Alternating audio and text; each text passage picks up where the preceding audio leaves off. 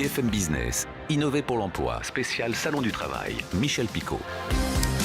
Bienvenue dans cette nouvelle émission d'Innover pour l'emploi spécial Salon du Travail et de la mobilité professionnelle, un salon qui aura lieu la semaine prochaine, vendredi et samedi prochain à Paris, à la grande halle de la Villette. L'occasion de parler de ces nouvelles formes de travail, de cette nouvelle manière de travailler, mais aussi l'occasion de parler de cette nouvelle manière de chercher un travail ou même de recruter. Les choses changent, les tendances changent.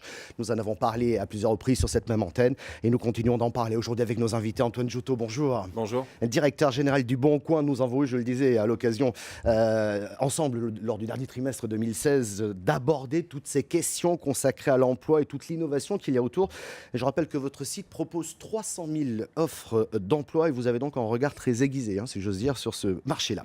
Je voudrais saluer également Charles-Alexandre, bonjour. Bonjour. Vous êtes, vous, le président et fondateur du site autoentrepreneur.fr. C'est un petit peu la boîte à outils lorsqu'on veut se lancer et faire ses premiers pas dans l'entrepreneuriat. Vous nous direz dans un instant de quoi il ressort. Et puis, dans ce monde qui change, nous avons tous besoin d'être formés et je dirais une formation continue et permanente. Nous sommes en compagnie de Michel Béra. Bonjour. Bonjour. Vous êtes le directeur délégué des formations au CNAM. En préparant ce rendez-vous, figurez-vous, j'ai découvert que le CNAM, le Conservatoire national des arts et métiers, a été créé en 1794.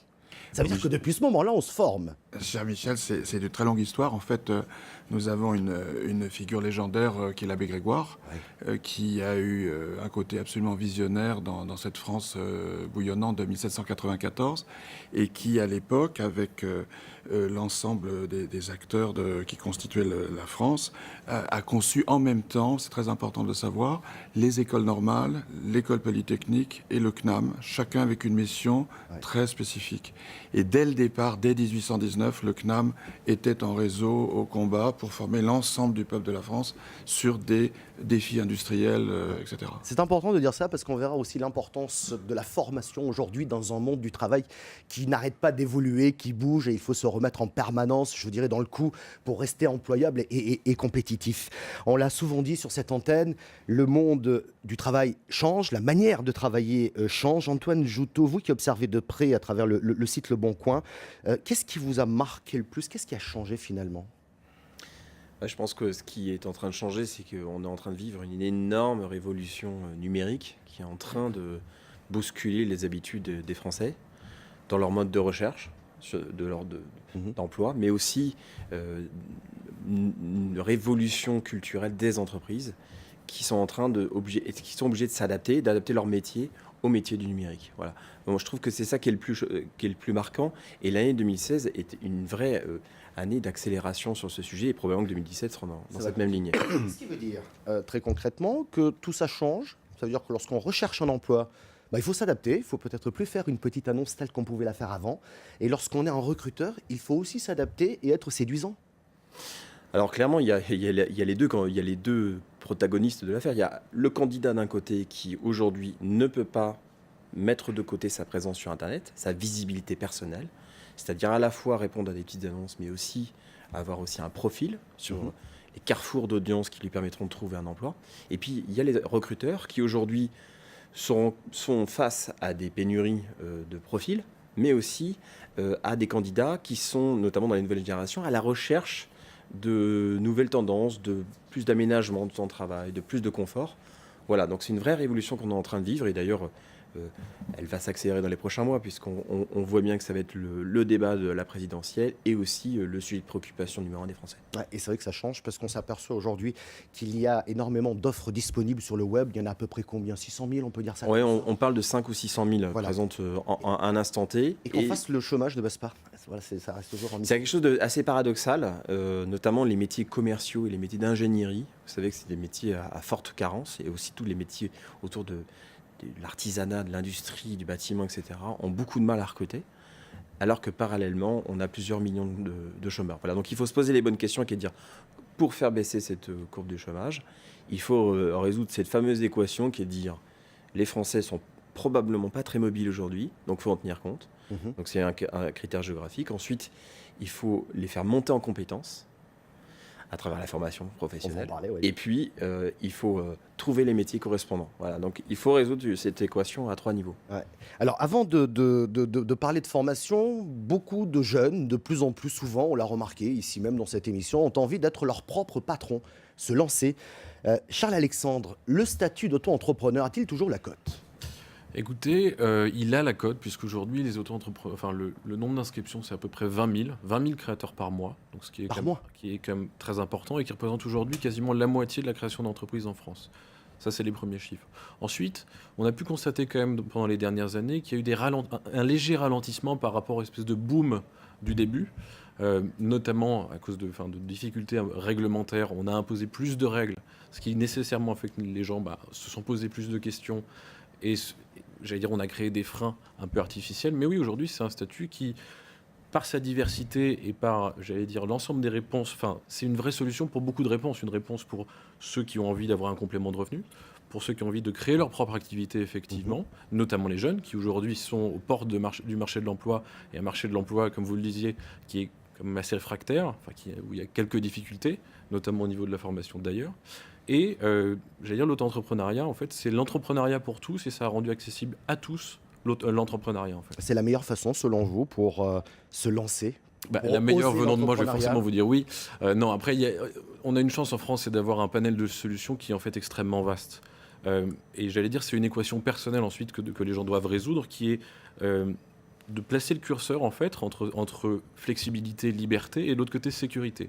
Donc il y a effectivement l'auto-entrepreneuriat d'un côté, c'est la flexibilité, c'est la liberté, c'est être son propre patron, et il y a des formes d'indépendance avec plus de sécurité, comme par exemple le portage salarial. Voilà, donc il y a la panoplie pour le faire, pour se lancer. Qu'est-ce qu'il faut savoir avant de se lancer? Est-ce qu'il y a de bonnes questions à se poser? Oui, il y a évidemment des bonnes questions à se poser. La première question, c'est de réfléchir à soi, c'est-à-dire où est-ce qu'on en est de son parcours professionnel? Est-ce qu'on est en transition professionnelle? Est-ce qu'on se lance dans la vie professionnelle? Ça, c'est la première question, parce qu'il y a toute la thématique des droits derrière, notamment pour les demandeurs d'emploi. Et la deuxième question, les bonnes questions concrètes, c'est sur son projet, c'est est-ce que j'ai besoin d'embaucher des salariés? Est-ce que j'ai besoin d'investir? Voilà, c'est toutes ces questions-là, au moment où on fait un peu son business plan, qu'il faut se poser. Vous nous donnerez quelques conseils tout à l'heure pour ceux qui veulent se lancer. Michel Béran, on parlait de l'importance de la formation. Tous les adultes ont intérêt à se former, ou il faut qu'ils suivent tout simplement le parcours de formation souvent imposé par les entreprises. Je vous dis ça pourquoi? C'est que beaucoup d'amis salariés m'ont dit « Ah, j'ai encore une formation en entreprise ». Et ils ont le sentiment que ça ne leur sert à rien. C'est compliqué. Enfin, je veux dire, encore une fois, le CNAM a un positionnement très particulier, c'est servir l'industrie et l'ensemble du tissu économique parallèlement à d'autres acteurs. Ça redevient du début et ça fonctionne toujours comme ça. Le deuxième aspect, c'est l'aspect réseau, c'est-à-dire l'aspect terrain. Et le type de formation est relié par la puissance du réseau à une écoute qui vient de l'ensemble des différents acteurs sur toutes les régions, qui remonte par les réunions que l'on crée et tout, le centre de Paris constituant les nouvelles formations, l'ingénierie de formation et désormais l'ingénierie de déploiement. Parce que qui dit formation dit financement de la formation, il y a toute une architecture un petit peu complexe. Les piliers qui gèrent ça sont les professeurs. Enfin, moi, je suis professeur moi-même. Les piliers qui sont les professeurs du CNAM, avec nos collègues les professeurs d'université, ont en général 2 cases cochées sur 3. L'une qui est « je parle au ministre », je prends le langage. Le second, c'est « je parle à la branche professionnelle au plus haut niveau ». Et le troisième, c'est « j'ai 200 papiers validés par l'Académie des sciences », etc. Donc on est complètement ancré et accolé au tissu industriel du pays.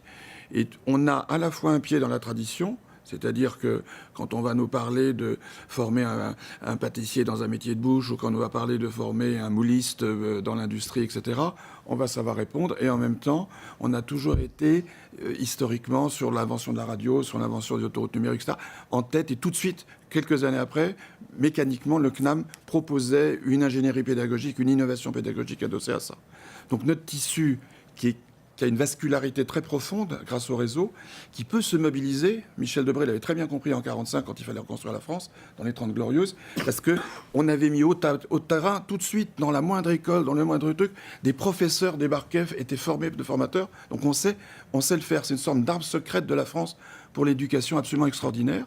formation tout au long de la vie, et ce sont des chiffres effectivement qui ne sont pas très loin des vôtres. C'est 65 000 auditeurs sur le terrain, c'est 1 million d'anciens élèves, dont 80 000 sont déjà dans les réseaux sociaux, et les bases de données comportent, je reprends ma petite fiche bien sagement, 350 métiers et 430 diplômes, avec 2 axes, sciences industrielles, sciences et technologies, et puis management et société, les 2 étant complètement indispensables, parce que c'est le fait justement de se parler entre les 2 au niveau qui va compter. Dans un monde qui bouge, on le disait à l'instant, est-ce que c'est encore plus important qu'hier, si j'ose dire, de se former en permanence et de rester employable ?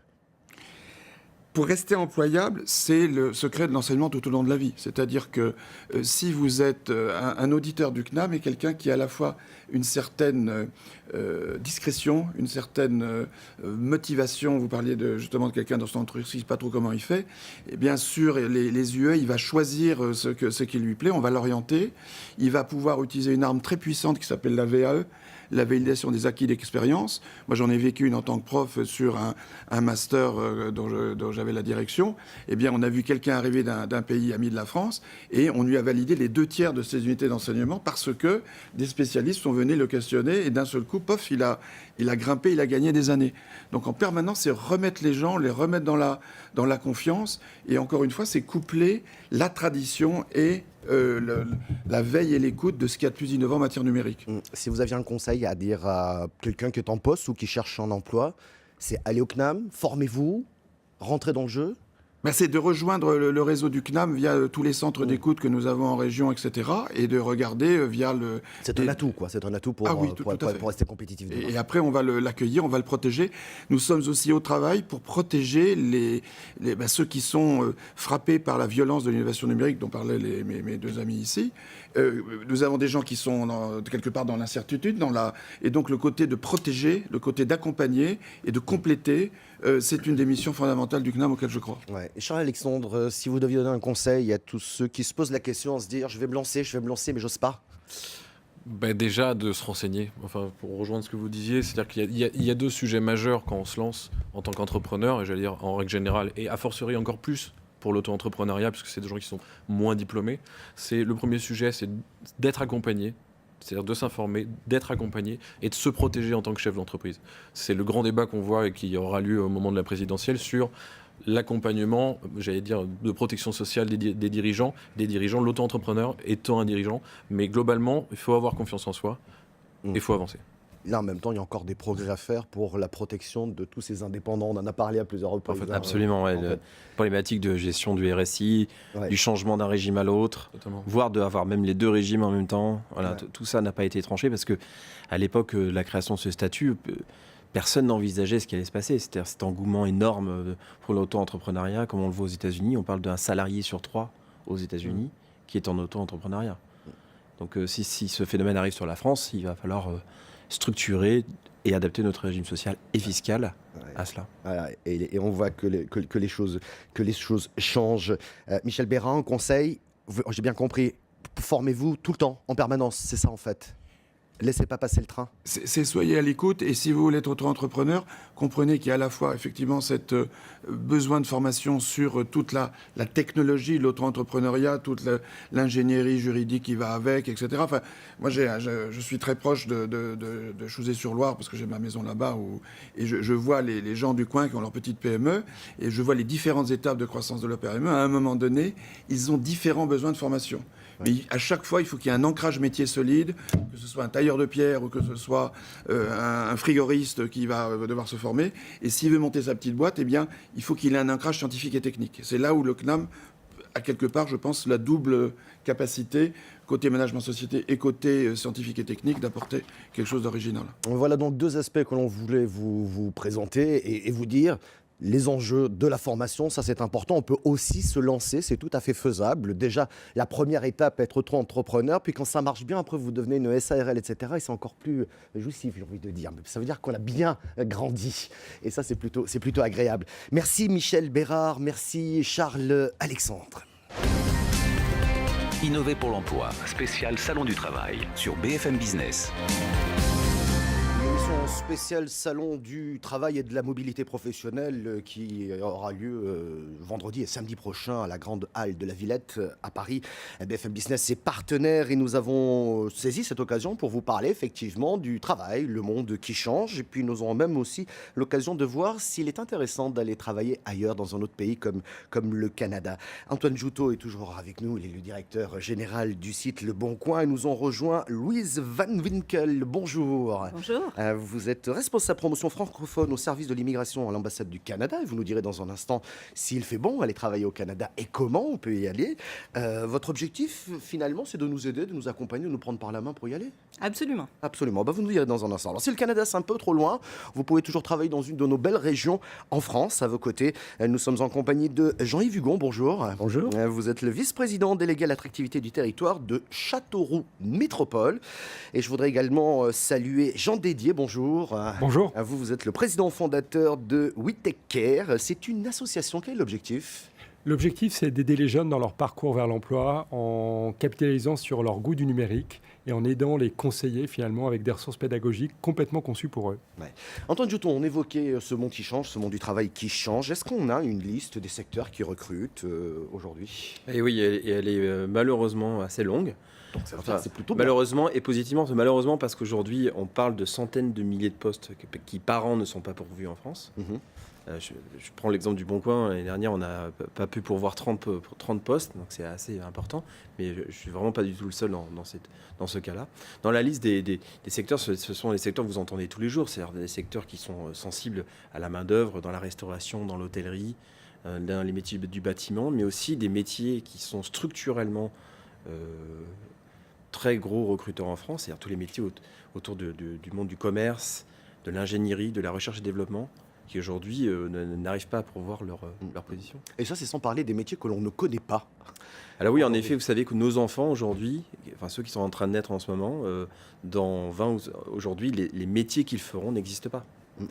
Par exemple, les métiers de data miner qui sont assez courants aujourd'hui dans les entreprises du numérique, comme la mienne par exemple, eh bien, il y a 15 ans, personne n'en parlait. Les métiers happiness manager ou happiness officer sont des gens qui sont responsables en gros de la bonne ambiance dans l'entreprise, des ressources humaines et du bonheur. Aujourd'hui, c'est des métiers qui viennent de naître et qui pullulent dans toutes les startups parisiennes.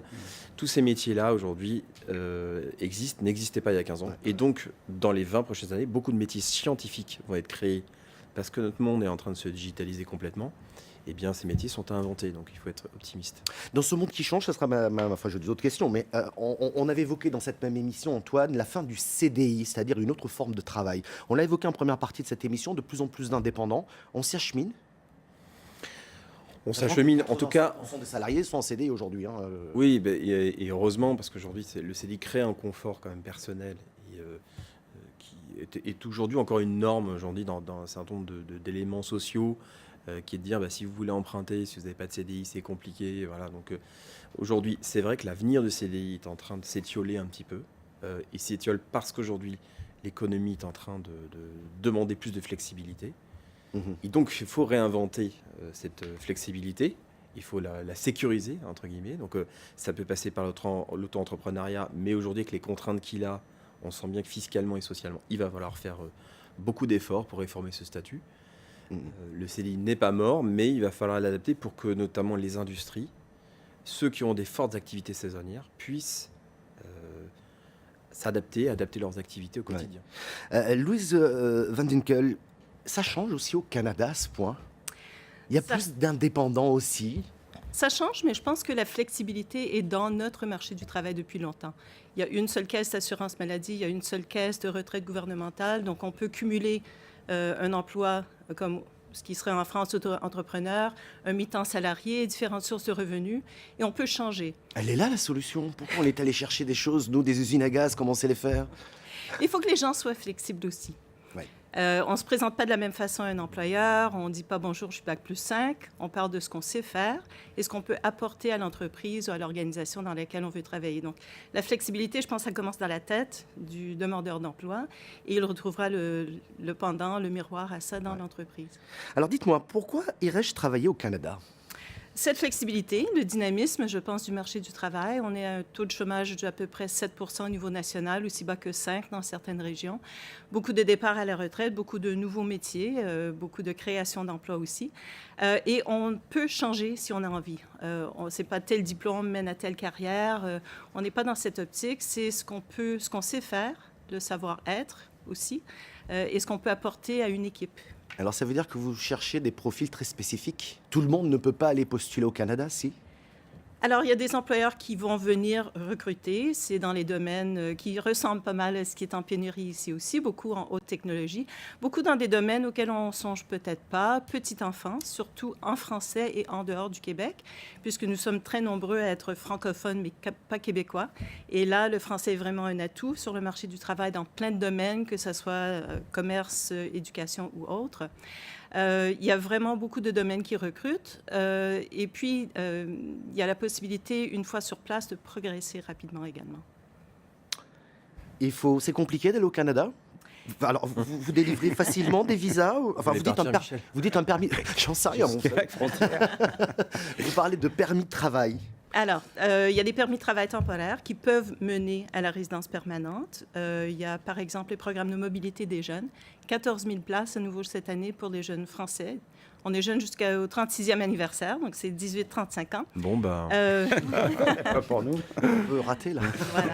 À peu près la moitié des places, c'est dans une formule vraiment intéressante qui s'appelle vacances-travail.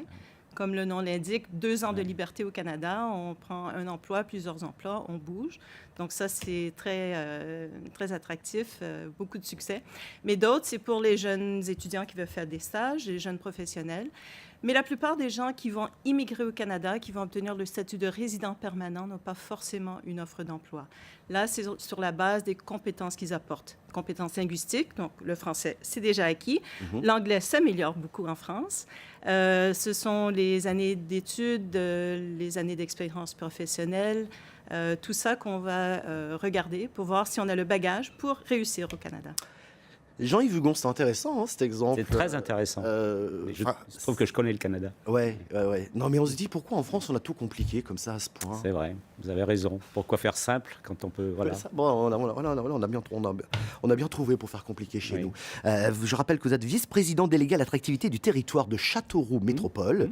Quelle est votre stratégie en termes de territoire? Comment séduire finalement les entreprises? Oui, je suis élu d'un territoire qui a, comme tous les territoires, a une particularité. Et notre particularité, c'est que nous ne sommes pas forcément naturellement attractifs. C'est-à-dire que les gens ne viennent pas naturellement chez nous, mais c'est comme ça. Par contre, nous avons des atouts. Nous avons au moins 2 atouts. C'est que nous sommes à la fois très ambitieux et très séduisants. Alors, très ambitieux, ça signifie que nous sommes des élus, et c'est tout à fait normal pour des élus, au service de notre territoire, et que nous avons vraiment l'ambition de jouer dans la cour des grands, même si au départ, ce n'est pas gagné d'avance. Et nous sommes très séduisants parce que nous voulons, bien entendu, faire venir les gens chez nous, attirer les gens chez nous, et puis qu'ils viennent vivre chez nous et travailler chez nous. Alors, nous avons misé sur plusieurs points. J'entendais tout à l'heure Antoine parler du numérique. Alors, cette révolution du numérique, nous l'anticipons et nous misons sur le numérique. Nous allons créer très bientôt une cité du numérique en partenariat avec le Crédit Agricole, je crois qu'on on peut le dire, voilà. Où nous allons accueillir des formations et des métiers du numérique. Et puis, nous avons parié sur un autre point, un fil rouge que je pourrais qualifier en un mot, c'est le mot d'accompagnement individualisé. C'est-à-dire que les gens qui acceptent de venir chez nous, nous les accueillons et nous les accompagnons de façon extrêmement individualisée, que ce soit dans leur installation. Nous avons des services qui sont plusieurs services qui se mettent au service de ces personnes-là. Et nous partons du principe également que ces gens-là ne viennent pas seuls, c'est-à-dire qu'ils viennent soit mariés avec des enfants, et nous accompagnons et nous accueillons de façon très individualisée, c'est du cousu humain, l'installation et l'accueil de la famille. Et ça, c'est très important, je pense. Et par expérience, les gens qui bénéficient de cet accueil-là, de cet accompagnement sont très satisfaits. Vous parliez du numérique, on pourrait parler peut-être aussi de la voiture électrique bientôt? Bientôt, oui, absolument. Oui, tout à fait. Quand on voit le dynamisme de votre maire de Châteauroux. Tout à fait, oui. Nous ne lâchons pas le morceau. Tesla a l'intention de venir en Europe, et puis Elon Musk est le bienvenu, bien entendu.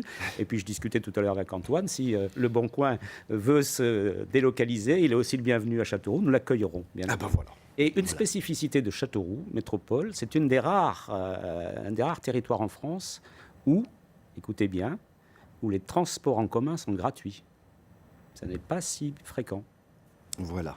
Tous les atouts pour vendre cette belle ville de Châteauroux. Jean Dédier, on va parler un peu des actions que vous menez au sein de We Take Care. Vous, votre objectif est quand même que les jeunes qui sont peut-être en situation de décrochage, non, c'est ça, puissent trouver une opportunité dans l'Internet et dans les métiers de l'Internet. Oui, alors en fait, il y a un constat qui est pas évident de prime abord, c'est que ces jeunes, et notamment les jeunes qui sont dans les endroits où on peut les aider dans l'insertion professionnelle, ne sont pas tous autonomes sur le numérique. Et cette compétence numérique, elle est de plus en plus essentielle pour pouvoir trouver un emploi et même se maintenir dans l'emploi durablement. Et nous, notre mission, c'est aussi d'abord de capitaliser sur cette envie, ce goût qu'ils ont pour le numérique, mais de dépasser souvent un certain nombre de compétences qui sont des compétences plus liées à des usages ludiques d'Internet, pour faire opérer un transfert de ces compétences et qu'elles se mettent au service de leur insertion socio-professionnelle. Et donc, c'est pour ça qu'on a développé une application qui s'appelle Click and Job, qui est en ligne sur clickandjob.fr et qui est un parcours d'entraînement pour apprendre à s'orienter, se former et candidater. Et donc, c'est démultiplier ses capacités de trouver un emploi, le tout en lien avec le monde de l'insertion professionnelle, parce que pour les plus en difficulté d'entre eux, il faut absolument les mettre en lien avec des aidants qui vont leur faire les premiers pas, et ça se fait pas tout seul. D'autant qu'il y a un potentiel dans le numérique incroyable. On parlait tout à l'heure des métiers que l'on ne connaît pas aujourd'hui et qui offrent un potentiel dingue, quoi. Oui, complètement. Et d'ailleurs, on voit que sur des métiers du numérique, on arrive à faire grimper des gens et même faire devenir des développeurs à des publics qui, a priori, n'avaient pas de formation. C'est-à-dire qu'il n'y a pas de fatalité et qu'aujourd'hui, le numérique, s'il est accompagné, offre des opportunités pour tous, y compris des publics, on va dire, plus en difficulté. Évidemment, il ne faut pas non plus se mentir.